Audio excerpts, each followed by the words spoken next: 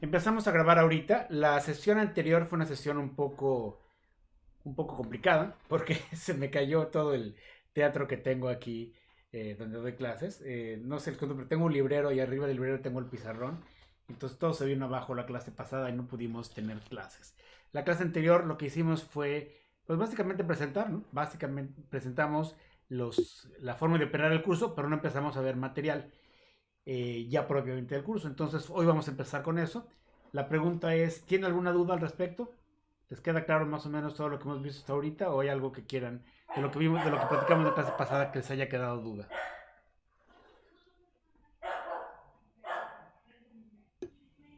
¿Todo No, bien? realmente no por mi parte, todo bien. Muy bien. Tuvieron, no sé qué pasa, yo les mandé un correo avisándoles que se iban a cancelar la clase del jueves debido al huracán. No sé si lo recibieron sobre todo los que están ahorita, compañeros tuyos están en Cuba, que todavía no llegan acá. No sé si llegaron el correo y se enteraron de que la cancelación. Me preocupa eso porque, Sí, bueno, profe. No, todos enterado. exceptando dos estudiantes no tienen correo oficial todavía de la universidad, entonces me preocupaba eso que no fueran a enterarse, que el jueves y viernes se cancelaron las clases. ¿Todavía no tienen correo oficial? No sé si cómo va el trámite. ¿No nos han asignado un correo oficial?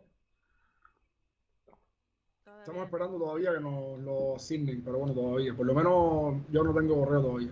Ok, muy bien. Entonces, seguimos con esos correos y así nos seguimos comunicando. Bien, pues vamos a empezar ya sin más. Vamos a empezar con lo que nos toca hoy y vamos a empezar a trabajar con el tema. Hoy vamos a empezar a trabajar con los números enteros. El tema de que vamos a ver son propiedades de los números enteros. Es un tema muy simple. Lo vamos a terminar en menos de una hora. Y vamos a ver eso, propiedades de los números enteros. Básicamente la presentación que se hace es una presentación axiomática, se presentan cuáles son los axiomas que hacen que los números enteros funcionen como tengan una estructura algebraica y vamos a empezar a trabajar con eso. Pero entonces, permítanme prendo la luz para que se vea un poco mejor el pizarrón que tengo. Ahí está. Bueno, es que ahora yo me veo borroso, no importa que yo me vea borroso, es que se vea todo bien. Eh,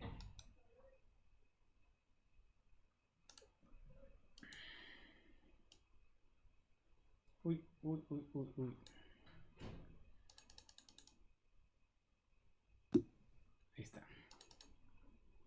Bien, pasamos al pizarrón. Y bueno, esto es de otra clase. Y entonces, lo que vamos a hablar ahorita son los números enteros, propiedades de los números enteros. Y básicamente los números enteros está compuesto por los enteros positivos, los enteros negativos y el cero. Entonces, ¿cuáles son los números enteros? Son los enteros positivos,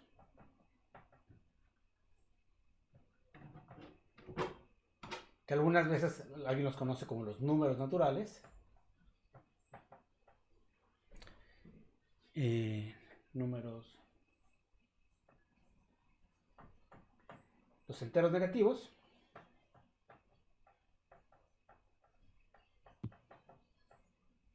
Y el cero. Y a todos ellos los referimos en conjunto. Usualmente usamos una Z mayúscula estilizada para referirnos al conjunto de los enteros.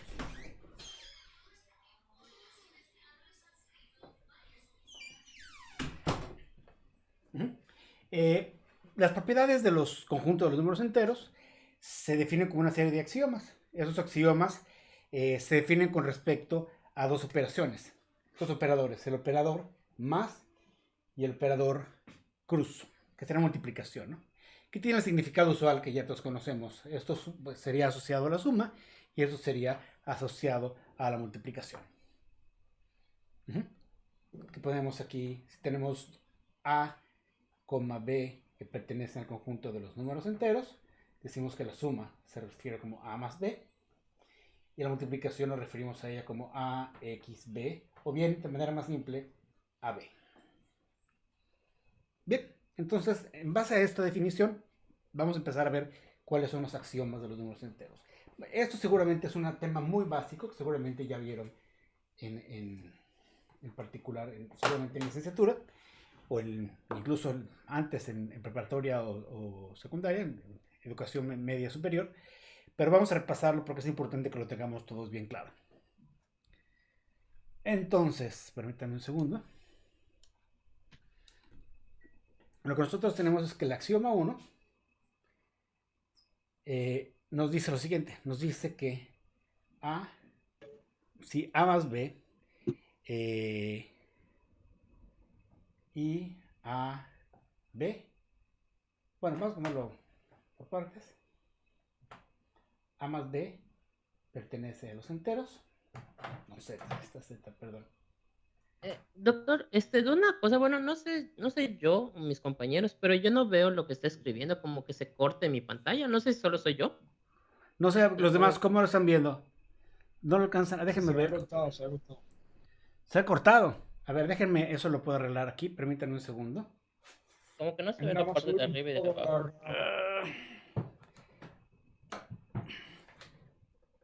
A ver si no se me hace, rompe el teatrito.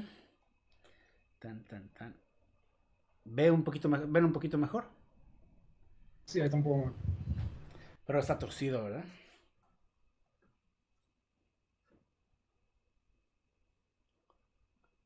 Uy. O bien, lo que puedo hacer es evitar escribir tan arriba y tan abajo. Permítanme un segundo.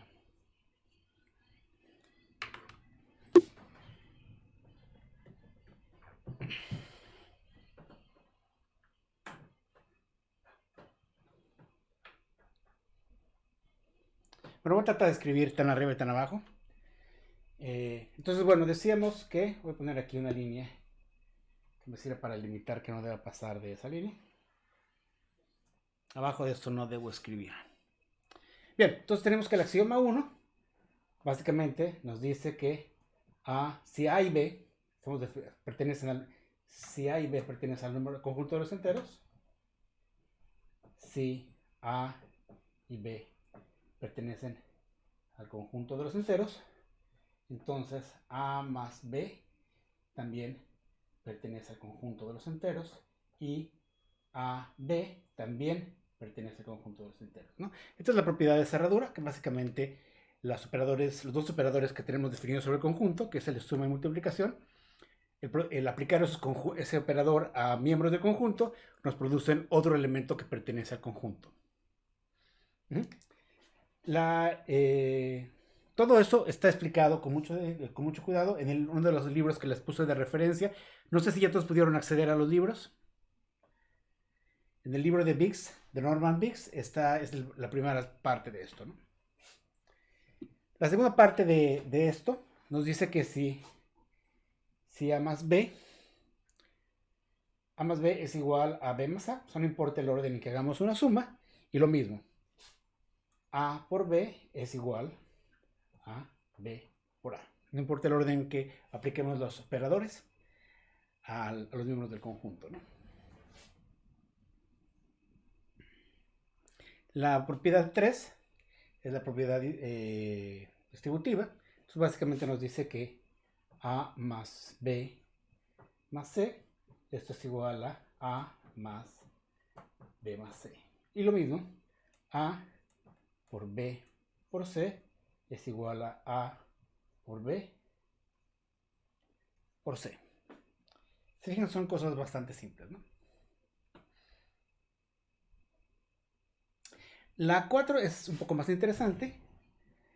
La propiedad 4 que tenemos de los números enteros, o el axioma 4, nos dice que dentro del número de los enteros hay un elemento que es el 0, que si a un número que pertenece al conjunto de los enteros le sumamos el 0, obtenemos el mismo número.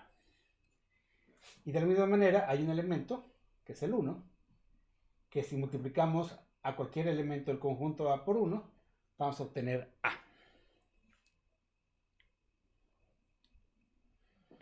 Tenemos una quinta propiedad, donde decimos que si tenemos que A por B, perdón, esta propiedad dije que era distributiva, esta es la propiedad conmutativa, y esta la que tenemos aquí es la distributiva. Si tenemos A por B más C, esto va a ser igual a A por B más A por C.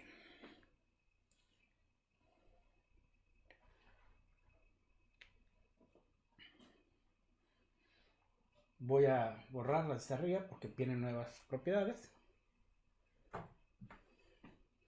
La siguiente nos dice, la siguiente propiedad 6, nos dice que para cada A que pertenece al conjunto Z, existe un entero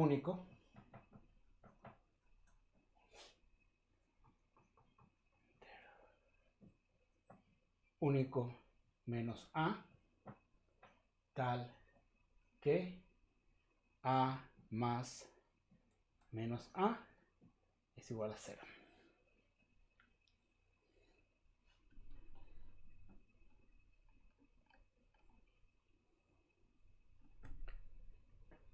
Y la última propiedad de este grupo, porque hay otro grupo de propiedades que vamos a ver, nos dice lo siguiente. Nos dice que la propiedad 7,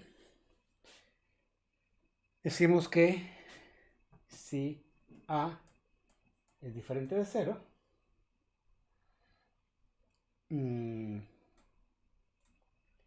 y A por B es igual A por B es igual a por C, esto entonces tenemos que B es igual a C. Entonces, si A multiplica B es igual a A multiplica C, significa que B es igual a C. Se fijan, son propiedades bastante simples, podríamos decir nosotros intuitivos, porque los números enteros es un conjunto con el que nosotros hemos trabajado toda nuestra vida, ¿no? Cuando nosotros éramos pequeños, íbamos en la escuela básica, en la primaria, lo que nosotros aprendíamos sumas y restas y era hacer operaciones con los enteros. Originalmente estas cosas las aprendíamos con, ¿cómo se dice? Las aprendíamos con únicamente enteros positivos, luego nos enseñaron el cero, luego vimos que había números negativos, que es una cosa interesante, pero al final de cuentas, toda la educación básica trabajamos fácilmente con los números enteros, ¿no? Luego incluso llegamos a ver números racionales e irracionales después. Pero el conjunto de los enteros es un conjunto particular que nos interesa mucho. ¿Por qué nos interesa tanto? Porque básicamente muchos de los problemas que se ven en matemáticas discretas tienen que lidiar con los números enteros. No lidiamos con números racionales, no lidiamos con números irracionales o números complejos.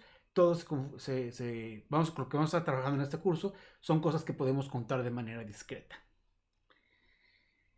No sé si tengan alguna duda, esto es bastante simple. Entonces me gustaría seguir con las siguientes propiedades para luego pasar a algo que es un poquito más interesante. ¿Todo bien? Sí, todo bien. Bueno, de mi parte. Muy bien. ¿Alguien más? Todavía no me acuerdo sus nombres y solo veo sus correos electrónicos. Entonces, Mar Torres, ¿cómo vas? ¿Todo bien? Todo bien, ¿Cómo, gracias. cómo te llamas? Se me olvida tu nombre. Mariana. Mariana. Sí, Mariana. Hagan, todo bien. que por favor, creo que pueden cambiar en alguna parte de aquí cuando configuran su Teams, pónganle su nombre para que me aprenda sus nombres, porque JGMB141095, pues no me acuerdo cómo te llamas, no te asocio. Tengo Sí, la lista de profe. nombres, pero no te asocio con quién eres. Pero bien, entonces vamos, todo bien. Ok. Ok, creo que Todo vamos bien, bien. todo bien. Todo bien, entonces vamos a seguir. Eso es una cosa muy básica, pero que tenemos que cubrir. Son propiedades básicas. Luego vamos a ver que las vamos a ocupar más adelante. Entonces vamos a seguir. Todo lo que hablamos ahorita son propiedades de los enteros. Propiedades aritméticas. Digamos, todo lo que definimos aquí es una serie de operaciones que podríamos definir la aritmética de los enteros. En base a dos operaciones, que es suma y multiplicación. Nada más. Ya que definimos esto, nosotros podemos empezar a hablar de una cuestión que es el orden. Los enteros no solo son los números enteros, sino que es una parte más interesante, es que existe un orden. Hay un orden natural que es particularmente importante por sus propiedades. Entonces, la forma de expresar este orden es básicamente de los siguientes. Si nosotros decimos, para expresar el orden nosotros utilizamos un operador. Podemos decir que la expresión formal de la relación que define el orden. Relación de orden le voy a poner. En el conjunto de los enteros se expresa como sigue.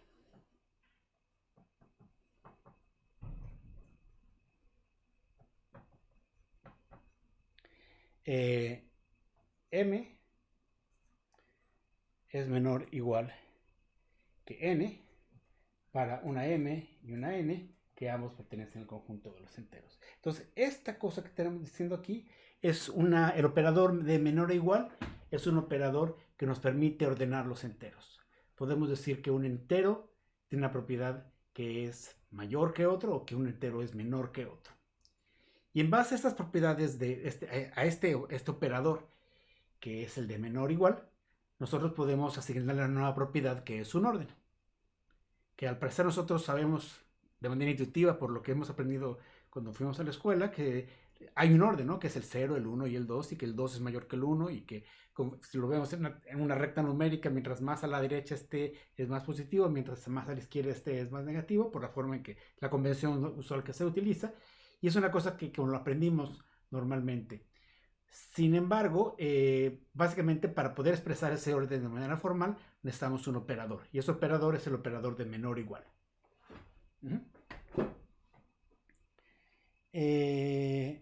Entonces, en base a este operador, todos los operadores que vimos antes eran para los operadores aritméticos de suma y multiplicación. Hay una serie de axiomas que están relacionados con el orden, y esos axiomas tienen que ver con el operador, ese operador menor o igual. Entonces, estos nuevos axiomas, continuamos los axiomas, nos quedamos en el 7 antes, vamos con el número 8, y básicamente nos dicen lo siguiente. Permítanme un segundo. Nos dicen que A siempre va a ser menor o igual que A.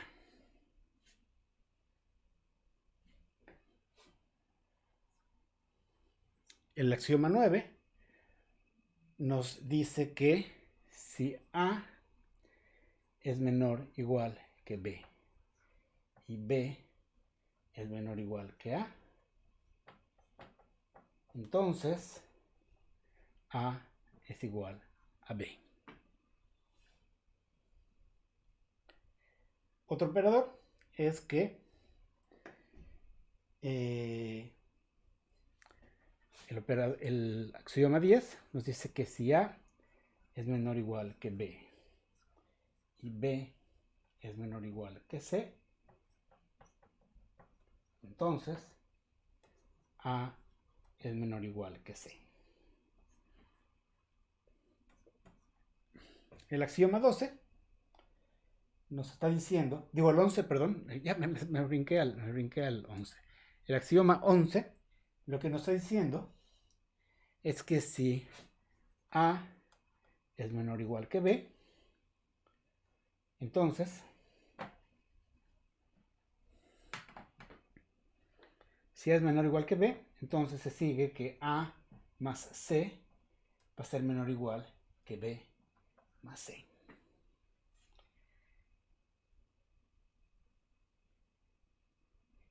Y por último tenemos el axioma 12, que no sé si me vaya a alcanzar. Sí me alcanza.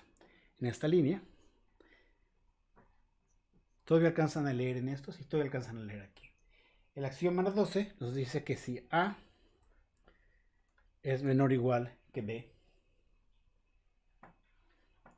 y 0 es menor o igual que C, básicamente nos están diciendo aquí que C es un número positivo o 0, entonces A por C es menor o igual que B por C. Se fijan estos axiomas, estos últimos dos axiomas, el axioma 11 y el axioma 12, lo que hace es que ven la combinación o la operación de los axiomas de los operadores de suma y el operador de multiplicación con el operador. Entonces tenemos dos números y le sumamos la misma cantidad a los dos números, el orden no cambia. Y si tenemos dos números y hay un tercer número que es positivo o 0, la multiplicación de esos números por este otro número no va a cambiar el orden de los otros dos números.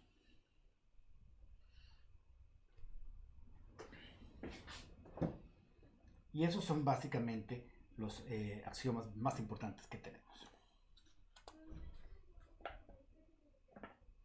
Para terminar esto, hay una cosa que nos falta definir con respecto a los números enteros. Y hay una definición, nos falta un axioma, que es el axioma 13, que es el último, pero antes de eso vamos a platicar acerca de ciertos conceptos. Vamos a hablar acerca de límites y límites que tenemos en el conjunto de los enteros, o límites de subconjuntos del conjunto de los enteros. Entonces decimos que, vamos a decir lo siguiente. Supongamos que X es un subconjunto de Z. Todos estamos claros con hablar de conjuntos, ¿no? ¿Qué significa un conjunto? Pertenece a conjuntos y todo eso, ¿no? Me imagino que sí. Sí. ¿Ok? Entonces, supongamos que X es un subconjunto de Z. En ese caso, decimos, esta es una definición, que B es un límite inferior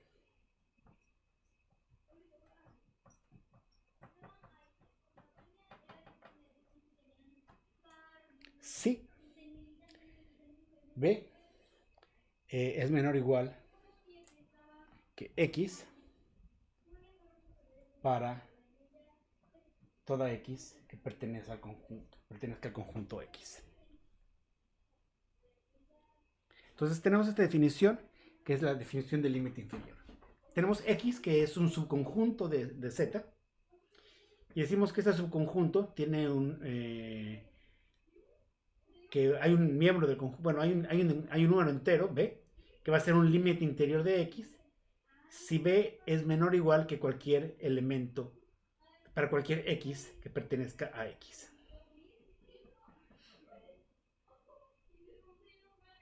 Y a partir de eso nosotros definimos el último axioma que nos importa, que nos falta, que se le conoce como el axioma de buen ordenamiento.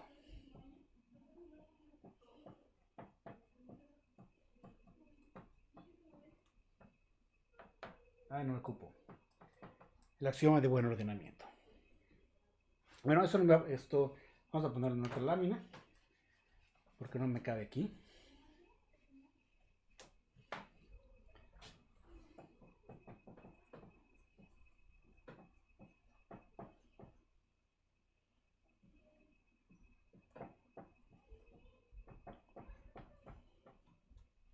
Que es el axioma 13.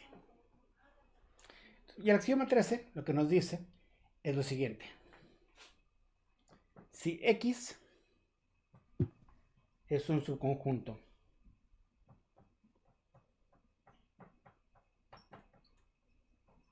no vacío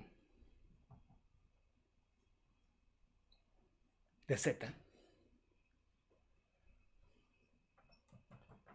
y tiene un límite inferior,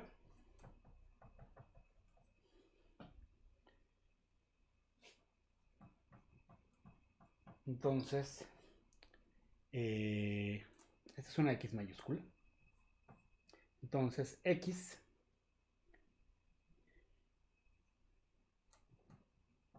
tiene un miembro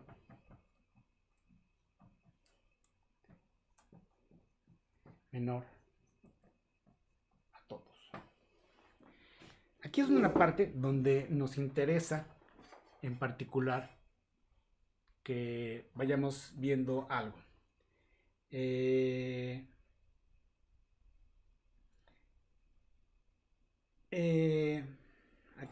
es lo que quiero comentarles? Básicamente es que hablamos de límites inferiores. Podríamos pensar, antes de continuar, a repasar un poquito el concepto del límite inferior. Y no sé si me puedan algunos dar un ejemplo de un subconjunto que no tenga límite inferior. Porque aquí en la plantación, en el planteamiento que tenemos del de esto nos dicen si X es un subconjunto y tiene un límite inferior. Entonces puede haber que haya subconjuntos de Z que no tengan un límite inferior. No sé si se les puede ocurrir algún ejemplo, un subconjunto de X que no tenga límite inferior.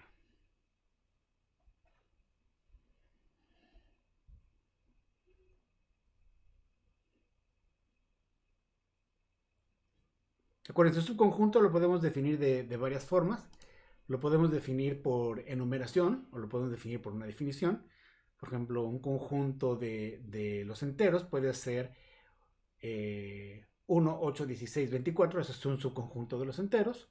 O podemos pensar que un subconjunto de los enteros son todos los números pares menores que 25. O todos los números impares mayores que 16. O pueden ser todos los números que tienen una raíz, para los cuales existe una raíz cuadrada, o sea, que pueden ser expresados como la multiplicación de otros dos números enteros. Acuérdense que no hay raíces cuadradas racionales o irracionales en los enteros. O podemos definir de muchas maneras un subconjunto, pero la pregunta es, ¿hay algún subconjunto que no tenga límite inferior? ¿Alguien me puede dar un ejemplo de un subconjunto que no tenga límite inferior? Profe, ¿me escucha bien? Sí, te escucho. Podría ser, por ejemplo, si X fuera, digamos, el subconjunto de los enteros negativos, solamente los enteros negativos, ese conjunto de cierta manera no tendría límite inferior, ¿no? Exactamente. Los enteros negativos es un muy buen ejemplo porque no tiene un límite inferior, porque siempre va a haber un número menor que cualquier otro. Si agarramos el conjunto de los enteros positivos, sí es un conjunto que tiene el límite inferior. Los enteros positivos, el valor menor que puede tener es 0. No, es 1, perdón, porque son enteros positivos, 0 no pertenece a esto, ¿no? Aunque la definición en sí de límite inferior, de acuerdo a como lo habíamos visto, decimos que un límite inferior de un conjunto era un entero si para cualquier x que perteneciera a su conjunto, ese número era menor que el conjunto, ¿no? Entonces, déjenme pasar al pizarrón. Ahorita hice un ejemplo en el que yo decía que hablamos de conjunto de los enteros, dijimos, bueno, los enteros positivos. Los enteros positivos sí tienen un límite inferior, ¿no? Entonces, ¿cuál es el límite inferior de esos enteros positivos? Tenemos aquí, vamos a empezar la línea recta, tenemos aquí el 0, tenemos el 1, tenemos el 2, aquí el 3, y así sucesivamente. Entonces, el conjunto de todos los enteros positivos, el valor más pequeño que hay en el conjunto de los enteros positivos, si decimos x es igual a x que pertenece al conjunto de los enteros, tal que x, que es, vamos a ponerlo 0, o 1, vamos a poner que 1 es menor o igual, tal que 1 es menor o igual que x, ¿no? Esa sería la definición de los enteros positivos, ¿no? X que pertenece a z, tal que el número 1, que lo dibujé muy feo aquí, el número 1 es menor que cualquier miembro del conjunto X, ¿no? O que X es mayor o igual que 1. Por la definición que habíamos visto de que era un límite inferior, decíamos que un límite inferior era decíamos un entero b es un límite inferior si b es un límite inferior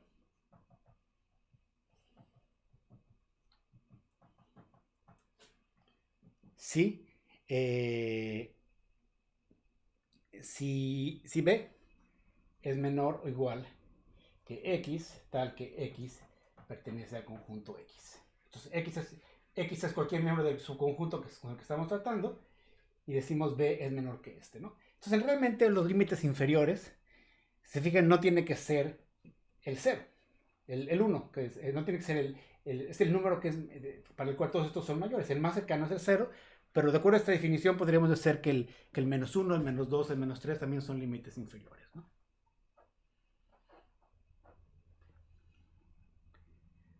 No sé si queda claro.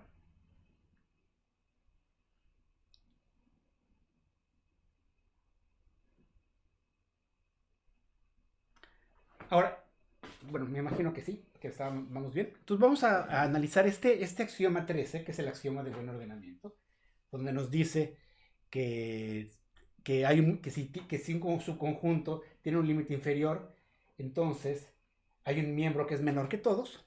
Es el algoritmo de buen ordenamiento y es en cierto modo que le da la caracteriza de manera interesante a los números enteros, ¿no?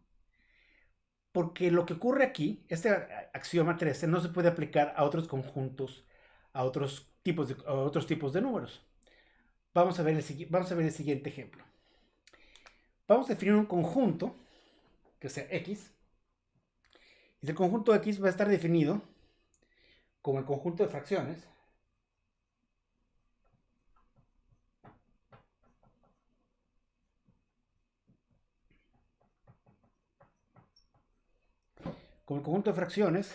definido por la siguiente ecuación.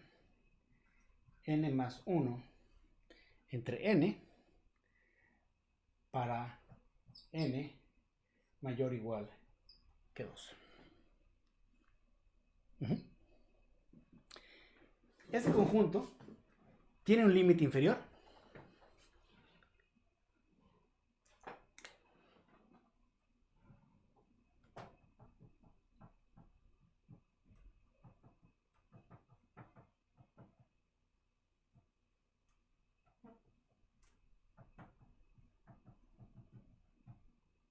Ojo, acuérdense que este conjunto ya no es un conjunto de... Eso es otro tipo de números, son fracciones, son números racionales. Entonces, porque estamos hablando de fracciones. Pero queremos ver si en este conjunto de números cuyos elementos tienen componentes fraccionales, vamos a pensar si tiene un límite inferior. Hay un límite inferior. ¿Qué pasa cuando n crece? Cuando n es igual exactamente a 2, que es el valor más pequeño, eso nos va a quedar que tiene el valor es 3 medios. Es un miembro del conjunto. El siguiente miembro del conjunto va a ser 3, y en este caso va a ser 4 tercios, 5 cuartos, 6 quintos, y así sucesivamente. Entonces la pregunta es, ¿tiene un límite inferior? Ese es para el valor de n más pequeño, y cuando n va creciendo, va pasando esto.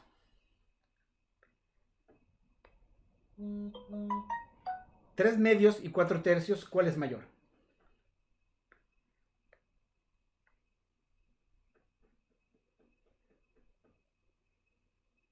O pueden verlo así. Estos números, ¿hacia qué van tendiendo? A 0 puede ser. No.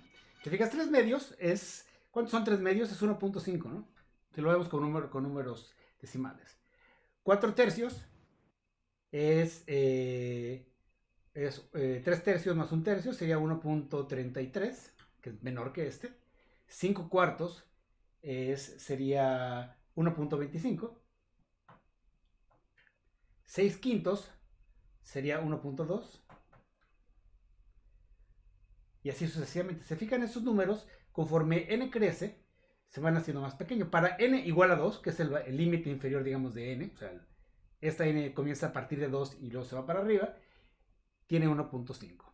Y mientras más va creciendo el valor de n, se va haciendo más pequeño esta fracción. Entonces el conjunto está formado por estas fracciones. Y si se fijan, nunca vamos a pasar de 1.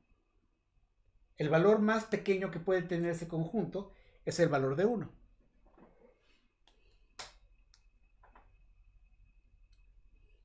No sé si queda claro.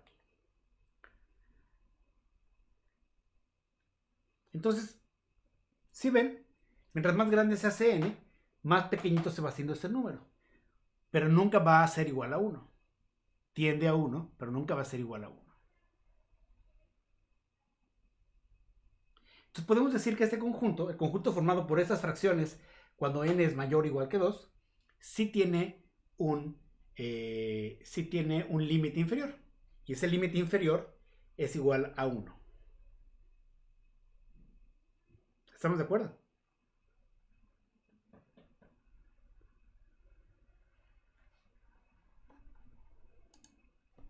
¿Alguien que diga algo?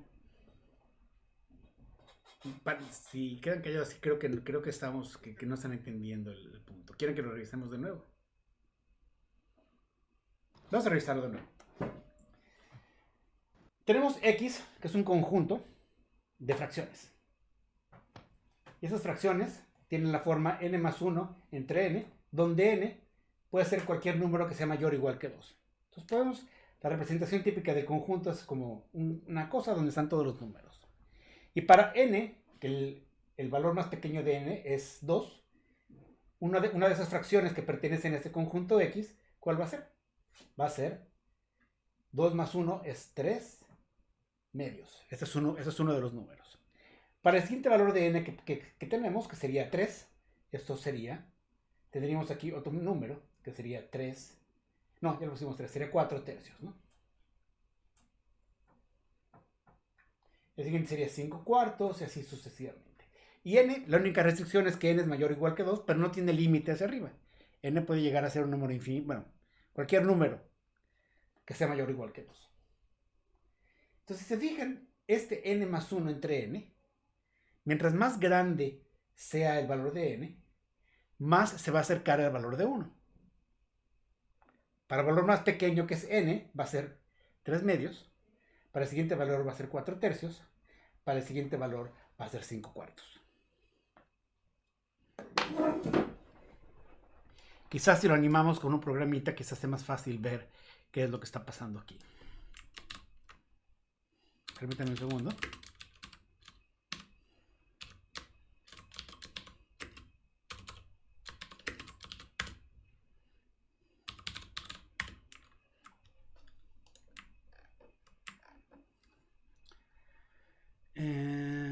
Permítanme tantito. Todos alcanzan a ver bien, estoy en una consola. Voy a poner un programa que se llama Octave. ¿Alguien ha trabajado con Octave o MATLAB? Octave MATLAB es un programa es software libre, se puede correr en cualquier distribución, en cualquier sistema operativo. Y es muy útil porque nos permite hacer, ¿cómo se dice? Nos permite hacer pruebas muy rápidas. Está especializado para trabajar con matrices, pero realmente es una cosa muy simple. Yo puedo definir n como un número que esté en un cierto rango. Puedo decir n es igual a 2 puntos. Vamos a poner un número muy grande. Mira. No, que es 10.000 ahí, ¿no? Entonces, si yo tengo n,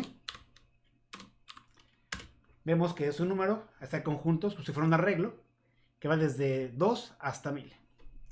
Y yo puedo definir que un conjunto X va a estar formado por n más 1. No sé si la sintaxis del lenguaje me va a permitir hacer esto. Creo que sí. Entre n.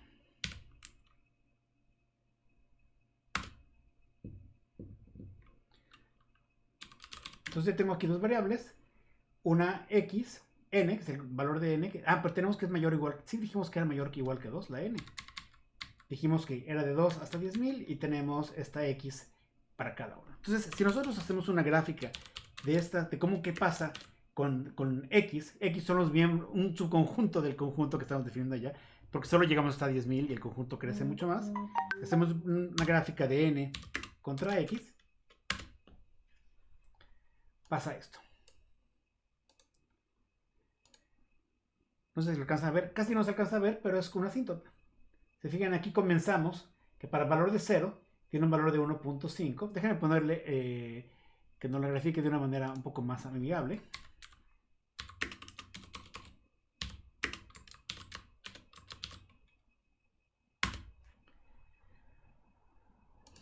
Ahí se ve un poco mejor, ¿no? Entonces, para n igual a 2 es 1.5. Y aquí, este es cómo va creciendo. Son fracciones. Cada punto corresponde a una fracción. Es un número racional. 1.5. Estos son 3 medios. Estos son 4 tercios. Estos son 5 cuartos. Este es 6 quintos. Y así sucesivamente. Y lo que vemos es que los valores se van acercando a 1. Pero nunca llegan realmente a 1. Conforme n se hace más grande, se acercan a 1. Pero nunca llegan a 1. Si le hacemos un zoom a esto,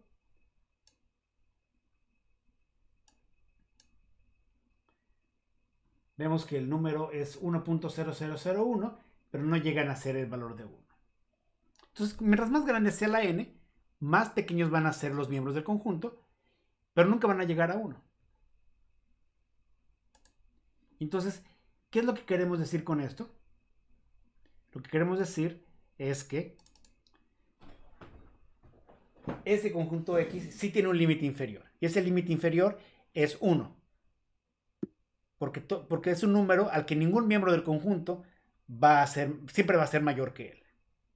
Pues podemos decir que 1 siempre va a ser menor a cualquier miembro del conjunto. Entonces tiene un límite inferior. Sin embargo, ese límite inferior no forma parte. Ese límite inferior no forma parte del conjunto.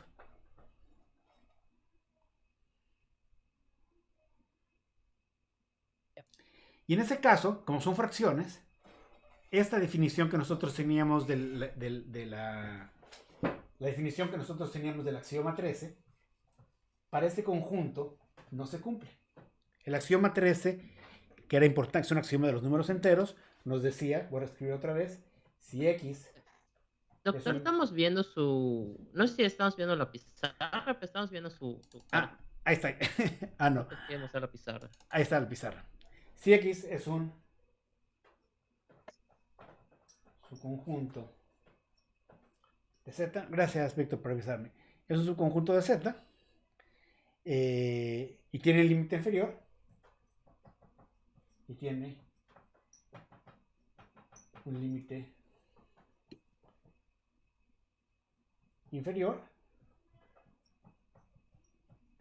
Entonces, tiene X, que es el conjunto, tiene un miembro que es menor a todos.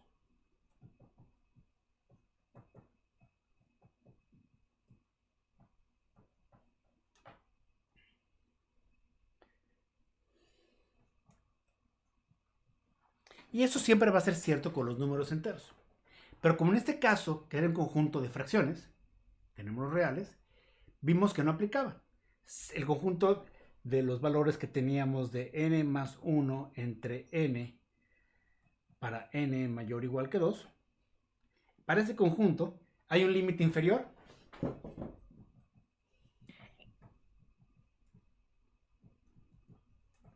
Ese límite inferior es igual a 1, ¿no?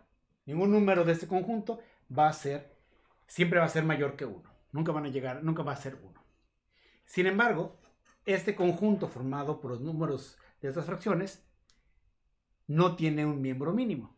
Siempre va a haber una n mayor, y para esa n mayor va a haber un número más cercano a 1, pero que no va a ser igual a 1. Entonces, Déjame hacer una pregunta, profe, disculpe. Sí, adelante. Ahorita usted, la primera vez que definió n más 1 sobre n, usted dijo con n mayor o igual que 2. Ahora pone n mayor o igual que 0. Perdón, no, me equivoqué. Realmente no, pero a ver, le iba a preguntar, ¿hay alguna diferencia realmente? Porque al final, tiende al mismo valor, ¿no? Tiende a 1 igual, desde si empiezas desde 0. Bueno, si fuera el problema aquí es que si empezara desde 0 había un problema porque había infinito, n ¿no? más 1 no está determinado, ¿no? Sería una división entre 0. Oh, ya. Sí, ahí me equivoqué. Mira, no me fijé en eso. Sí. Mala mía, perdón. Podríamos hacerlo si hiciéramos n más 1 entre n mayor que 1, ¿qué pasaría? Nos quedaría 2 entre 1 y habría un límite inferior, posiblemente sí, ¿no? ¿Qué nos pasaría aquí? Tendríamos 2 enteros, luego tendríamos 3 medios, luego sería casi lo mismo, nada más que empezaríamos de un poco antes, ¿no? Si comenzáramos con n mayor que 1, tendríamos 2 entre 1, 3 entre 2, 4 entre 3, y sería el límite inferior, sería el mismo, sería igual a 1. Pero sí, me equivoqué al momento de escribirlo aquí, debí haber escrito 2, porque era el ejemplo del que estábamos hablando.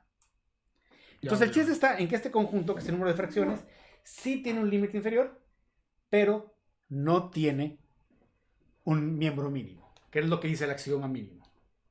Que entonces, si este tiene un límite inferior, entonces X tiene un miembro mínimo. Y en ese caso, que son fracciones, por ejemplo, es un ejemplo donde eso no ocurre.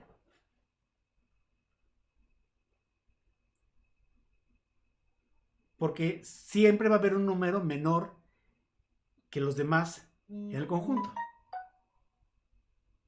Si hacemos n igual a 1000 millones, nos va a quedar que va a ser 10, a 1000 millones sería 10 elevado ¿a lo cuánto sería? A la 9, más 1, entre 10 elevado a la 9. Esta es una fracción que existe, pero siempre va a haber un 10 elevado a la 9, un 10 elevado a la 9 más 2, entre 10 elevado a la 9 más 1.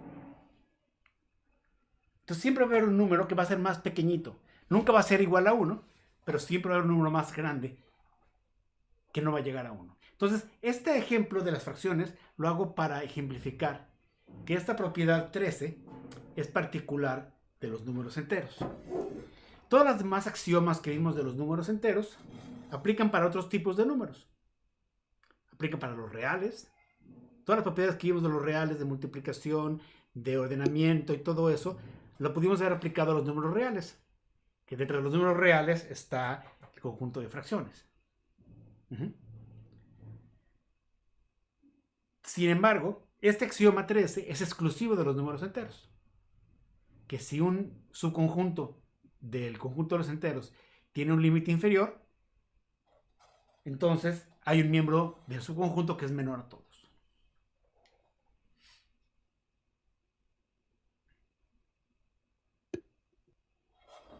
Y es un poquito la idea. Cuando nosotros hablamos con los enteros, de los números enteros, cuando nosotros hablamos de los números enteros en la línea recta, una cosa es que son regularmente espaciados. Y esa es la intuición que va ahorita del ordenamiento, tiene un poco que ver con eso. Los números siempre están ordenados espacialmente, siempre hay una distancia entre los números, siempre hay, entre un número y otro, siempre hay un espacio contiguo. En cambio, con otros tipos de números, como los números reales, empezamos los números reales irracionales, únicamente racionales. Todas las fracciones, el conjunto de las fracciones.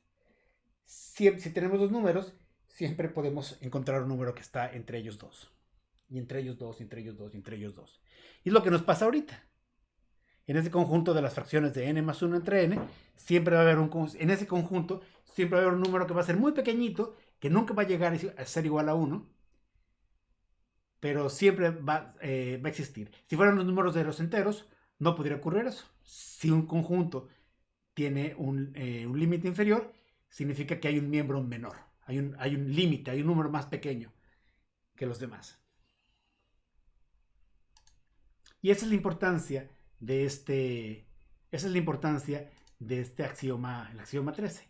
Que este axioma 13 es el que es exclusivo de los números enteros.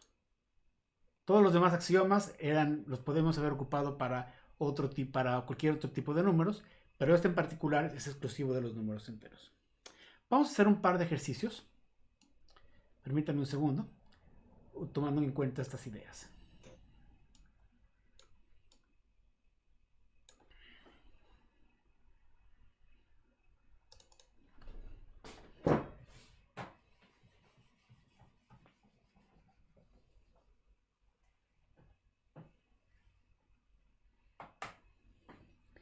El primer ejercicio es lo siguiente.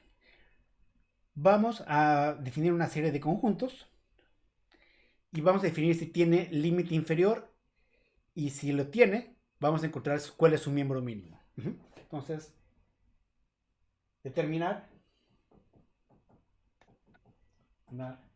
si hay un límite inferior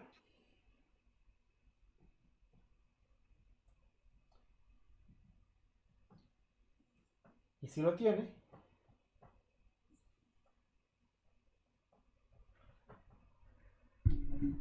encontrar su miembro mínimo. O sea, el primer conjunto, vamos a definir que X está definido por todas las X que pertenecen al conjunto de los enteros, tal que X cuadrada es menor o igual que 16.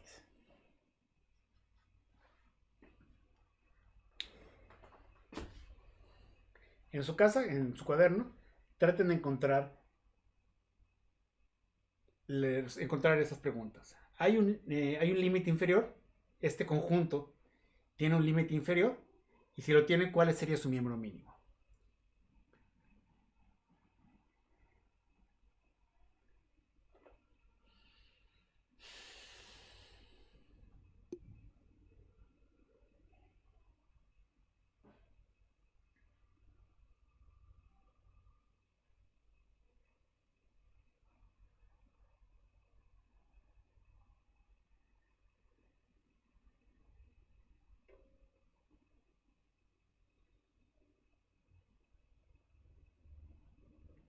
Una forma que pueden hacer es que pueden empezar a enumerar.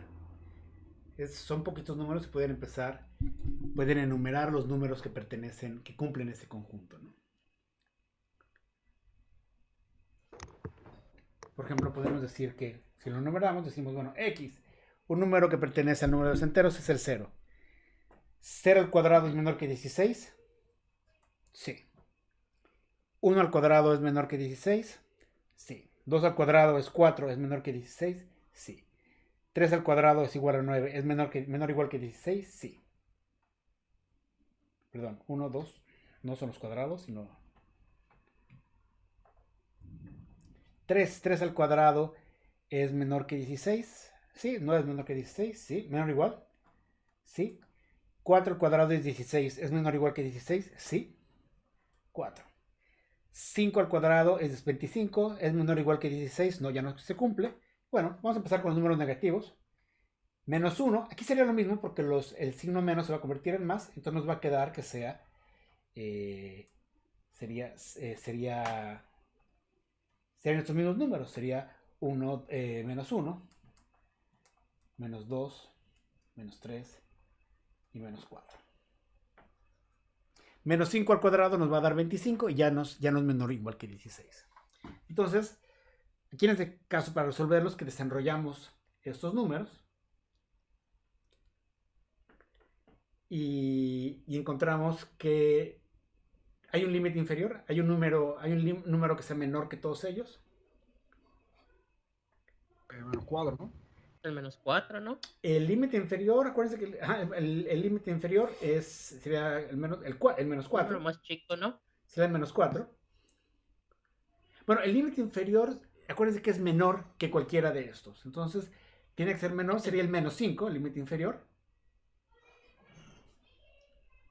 Acuérdense que en la definición que habíamos dicho del límite inferior, decimos que un entero es un límite inferior si es... no es menor o igual, perdón, tiene que ser menor o igual. Sí, sería el menos 4. Si es menor o igual. El menos 4 sería el límite inferior. ¿Y cuál sería el miembro mínimo? Sería ese mismo menos 4. Otra forma de pensar en este ejemplo es simplemente haciendo una gráfica como si fuera una parábola. Tenemos esto, tenemos 0, 1, 2, 3, 4, menos 1, menos 2, menos 3, menos 4, y graficar. Aquí sería 2, hasta por aquí en algún punto va a haber un 16, y básicamente lo que va a pasar es que estamos viendo esto, ¿no? Entonces todos los números que son menores que 16 son los que están abajo de esto, y sí, hay uno que es un X que es menor que todos estos, y que es el que está aquí, ¿no? Que es el menos 4. Vamos a hacer otro ejercicio.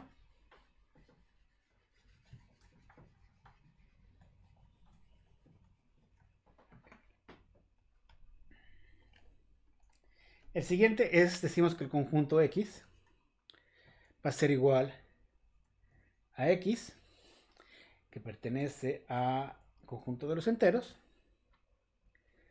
tal que X es igual a 2Y, para una Y que pertenece también al conjunto de los enteros. Cualquier.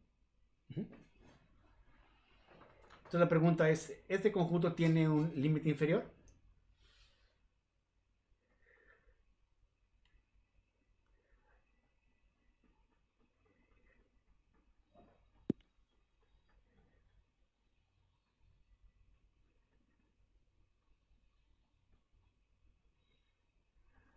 A ver, vamos a dejar que alguno de ustedes participe.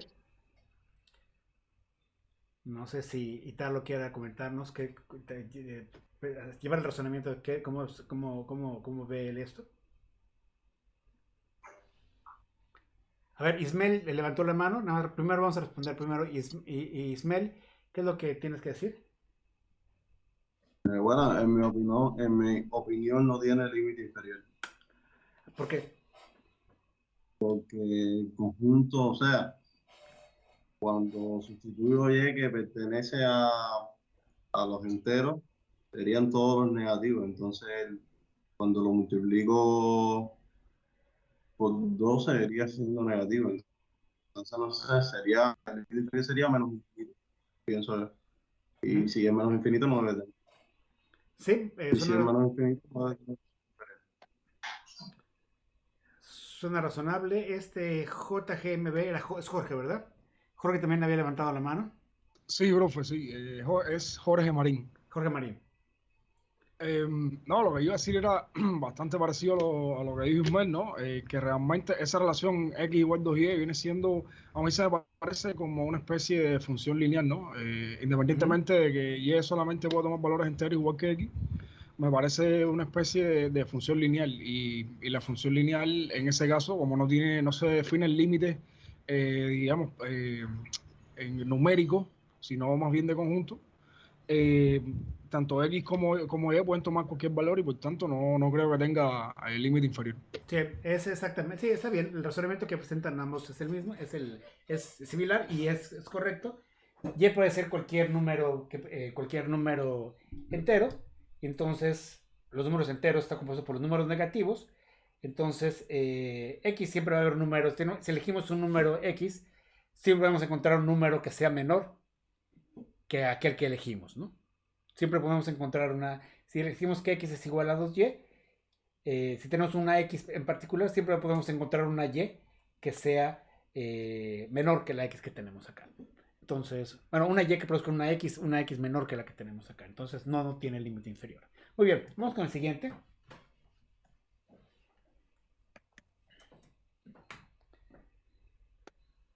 El siguiente nos dice que X es igual al conjunto que está formado por las X que pertenecen a Z, el conjunto de los enteros, tal que X al cuadrado es menor o igual que 100X.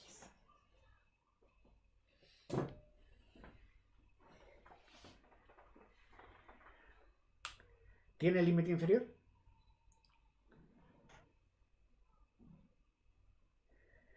X cuadrado.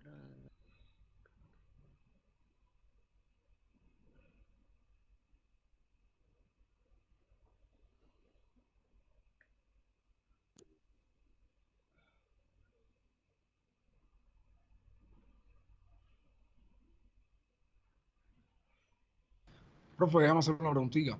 Ajá. En este tipo de casos, es válido trabajar digamos, con la desigualdad esta que tenemos adelante, por ejemplo, X cuadrado menor o igual que 100X, es válido trabajar con eso para simplificarlo, digamos. Sí, podremos hacer la ecuación, pero acuérdense que siempre no lo mencionamos ahorita, pero ahorita hablamos únicamente del menor igual, hay una cosa muy interesante que no mencioné, se me olvidó mencionarles. Cuando te refieres a hacer álgebra, ¿no? Hacer un análisis algebraico de esto, ¿no? Exactamente, exactamente. Sí se podría hacer, pero a mí se me hace que no es necesario, lo podemos hacer sin tener que hacerlo. Una cosa que mencioné, de los axiomas que mencioné, de todos los axiomas, hasta el 13, hablamos siempre de la relación menor o igual. Nunca hablamos de la relación mayor o igual. La relación mayor o igual se puede desprender directamente de los axiomas de menor o igual. Y también podemos hablar de un límite superior y un límite de un límite máximo, límite superior y un miembro máximo, también en analogía al axioma 13. Y entonces cuando hacemos álgebra con desigualdades, hay una serie de reglas que no son axiomas, pero que habría que tomar en cuenta y no lo vamos a ver ahorita, ¿no? O sea, no tiene caso que lo veamos ahorita. Más que un tratamiento algebraico, lo podemos hacer sin necesidad de eso. Sí entienden la idea de lo que comentó su compañero, ¿no? Podríamos por álgebra resolver esto y ver qué es lo que pasa con x. En este caso, nosotros vemos x cuadrada. X cuadrada, ¿qué característica tiene? Que siempre van a ser valores positivos. X cuadrada, el valor mínimo que tenemos aquí en x cuadrada va a ser igual, el valor mínimo es 0. Menos 1 al cuadrado nos va a dar 1, menos 2 al cuadrado nos va a dar 4 y así sucesivamente. Y del otro lado tenemos 100x. Tenemos que 100x es una cosa que va a tomar valores positivos y negativos. Y entonces eso nos indica que va a haber un momento en el que, bueno, creo que eso no tiene tanta relación porque decimos que x cuadrada sea menor o igual que 100x. Entonces va a llegar un momento cuando x sea igual a 10, ¿qué es lo que va a pasar? Que x va a ser igual a 10, va a ser menor o igual que 100x, sí, va a ser igual exactamente. Pero si hacemos x cuadrada es con 10 o con menos 10, cuando decimos que x cuadrada es igual a 11, eso va a ser 121 y ya no va a ser menor o igual. Ah, no, 100 por 21. Ah, no, está bien, a ver, sería 100 por 21, sería... No estoy considerando 100 por x, ¿no?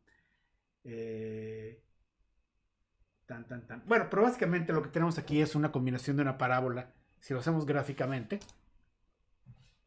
la manera más fácil de verlo es que tenemos una ecuación y tenemos una línea que es 100x, pongo muy empinada porque es una pendiente muy grande, y por otro lado tenemos una parábola que crece, ¿no? Y la parábola también crece mucho, muy rápido, ¿no? Entonces, va a haber una x que eventualmente esta parábola se va a intersectar con esta línea recta que es 100x. Una ecuación lineal que pasa por el origen, tenemos una parábola que sube, y va a haber un momento en que ambos van a ser iguales. Si lo resolviéramos de manera, como comenta Jorge, ¿verdad? Si lo resolvemos como comentaba Jorge ahorita, podríamos pensar con la igualdad. Decimos x cuadrada es igual a 100x, ¿cuál es el valor de x? Y podemos encontrar la intersección y a partir de ahí determinar si hay un número, miembro mínimo o no. Según yo, si hay un límite inferior.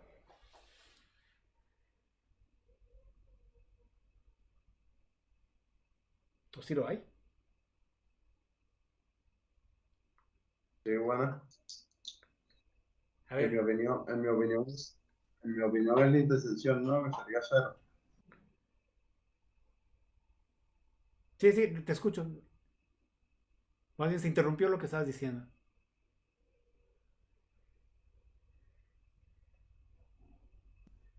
Que si la respuesta del límite inferior podría ser 0. Sería 0, ¿no? Porque esos dos se están intersectando acá arriba. Están intersectando aquí. Para x igual a menos 1, esto que está aquí va a ser menos 100. Y aquí va a ser 1. Entonces ya es un número que está afuera. Entonces si hay un miembro límite inferior que sería 0. Y el miembro mínimo sería 0, precisamente.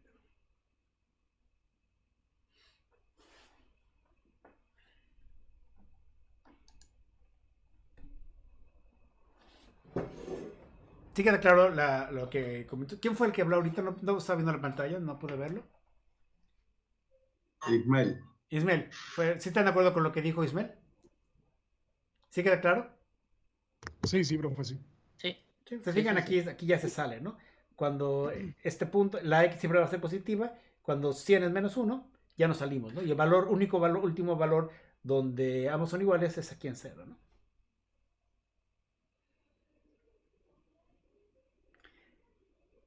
Si nos pusiéramos a buscar la intersección para arriba, lo que estaríamos buscando es un límite superior, donde x cuadrada ya no sería... Porque esta x cuadrada siempre va a crecer, la razón de crecimiento va a crecer más y más rápido, y esto siempre va a mantener una razón de crecimiento constante. Entonces eventualmente se van a intersectar, y en esto estaríamos pensando ahí de un límite superior, pero eso no es lo que nos preguntan únicamente del límite inferior, y con eso nos quedamos.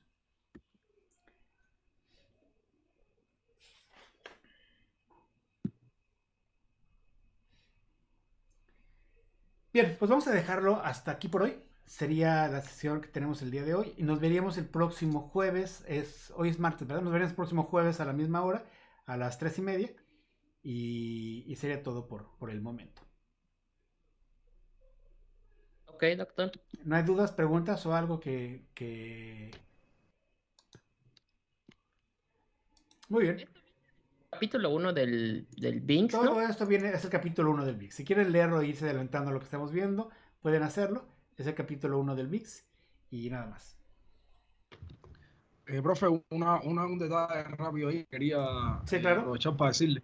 Nada, yo paso a decirle a mis compañeros, yo acabo de recibir un correo, parece que ya nos mandaron el correo institucional, para que paso lo revisen ahí todos ustedes.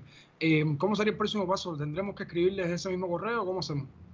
Pues sí, sí, mándenme un correo desde ese, mándenme un mensaje desde ese correo. En cierto modo, no es necesario que se inscriban.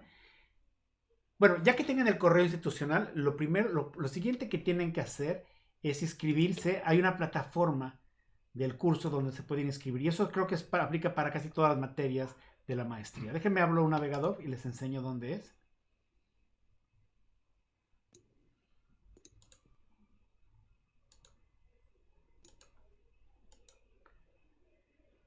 Permítanme un segundo.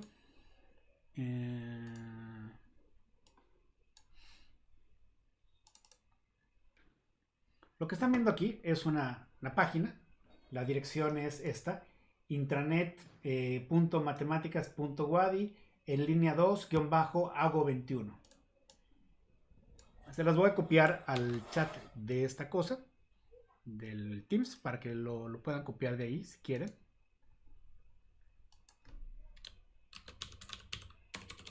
Creo que solo estoy garantizado, ¿no? Se los puse en el chat de Teams para que lo puedan copiar. Entonces, ya que tengan una cuenta de correo oficial, que estén dados de alta en esto, le pican aquí en ingresar y aquí les va a poner su nombre de usuario y su contraseña que deben tener de alguna manera. En este caso yo tengo aquí Romero, entro y se van al curso que dice aquí matemáticas. Quizás no les aparezca aquí porque ya lo tengo registrado, pero buscan, hay una lista de cursos. Los buscan, el curso, y entran al de matemáticas discretas. Y aquí es donde tengo el material de todo lo que vamos a trabajar. Si entramos a la primera parte, que es introducción, y aquí tenemos una serie de cosas que empezamos a revisar, ¿no? De hecho, aquí hay un libro. De hecho, el material que vimos ahorita está en el VIX o está aquí. Y aquí viene un poquito feo escrito, pero básicamente todos los axiomas y todo lo que escribimos aquí hoy está aquí de una manera un poco feita, pero aquí está. Tengo que arreglarlo porque eso es por la interfase que convierte de látex ¿cómo se llama? A HTML. Una pregunta, ¿todos ustedes han trabajado con látex antes? Sí. Látex no es un editor de texto, pero es un procesador como un markup language, es como HTML, pero que es un estándar de facto en temas, sobre todo en matemáticas, en ciencias exactas, matemáticas, física, en computación. Es muy común que es una herramienta para redactar documentos. Usualmente los tesistas, los tesistas que trabajan conmigo redactan su documento en látex, los pósters se hacen en látex y vale mucho la pena que aprendan a utilizarlo. Tiene una curva de aprendizaje un poco empinada al principio, hay que aprender la forma en que se hacen las cosas, pero ya que aprende uno la forma en que se hacen las cosas es bastante fácil. Y la ventaja es que genera documentos muy profesionales y que se ven muy bien para una tesis o para un artículo o para cosas que quieran hacer. Entonces ahí mi recomendación es que también es software libre, se puede descargar, está en todas las plataformas, hay en Mac, en Windows, en Linux. Si trabajan en Linux viene con las distribuciones, lo pueden instalar fácilmente.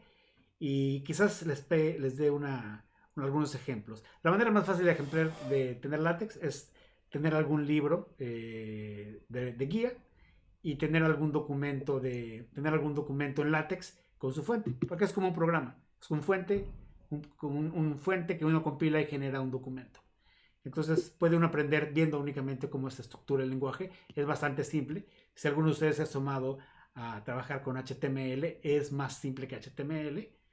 Bueno, La forma básica es muy simple. Hay una plantilla básica que uno empieza a utilizar y simplemente uno empieza a escribir texto y ya está. Hay un servicio en internet donde pueden trabajar con él de manera interactiva que se llama Overleaf. Es gratis. Claro que ahí te piden que pagues, pero nadie paga nunca, porque uno se restringe a los servicios más básicos. Y es una cosa como esta. Por ejemplo, aquí tenemos un ejemplo de... ¿Sí lo están viendo? Esto es un ejemplo de una tesis de un estudiante. Y lo que es LaTeX es básicamente esto. Tenemos un documento. En este caso él tiene un documento de... déjame ver cómo lo muevo. Es aquí. Es un documento de tesis que se escribe más o menos así. Se fijan, es texto y con algunas cosas con una carácter de escape es la diagonal invertida para poner comandos, cosas que entiende, cosas. Y se genera un documento, un PDF como este, ¿no? Pueden hacer cosas de esta manera, ¿no? Entonces es muy bonito y es muy fácil para editar. Y si ustedes que todos están trabajando en temas de ciencias exactas, vale la pena aprender a trabajar en LaTeX. Voy a buscar algunas ligas, algunas cosas para que puedan empezar a clavarse, pero vale mucho la pena que aprendan. Esto no tiene nada que ver con el curso de matemáticas discretas, solo les comento porque es una cosa muy fácil para aprender y para trabajar. Bien. Pero bueno, el curso de matemáticas discretas, ya les puse la liga en interlínea, ya que tengan su correo electrónico. Si pueden enviarme un correo desde lo que me preguntaban, si pueden enviarme un correo desde su correo electrónico oficial, se los agradecería para tener un registro de que ya lo tienen, lo cual nos facilita las cosas. Y ya que lo tengan, traten de entrar a esta página de en línea, porque aquí en línea lo que tengo es que tengo hay muchos recursos y aquí van a subir ustedes su tarea y yo les voy a poner material y es muy importante que aprendan a usar esa cosa de en línea. Seguramente en los otros cursos también lo van a ocupar. Y eso lo hacen accediendo a la página web de la facultad. ¿Sí queda claro? ¿O algún otro comentario? Ya, todo bien, profe. Perfecto, muy bien. Pues entonces, si no hay nada más que hablar, nos veremos el próximo jueves.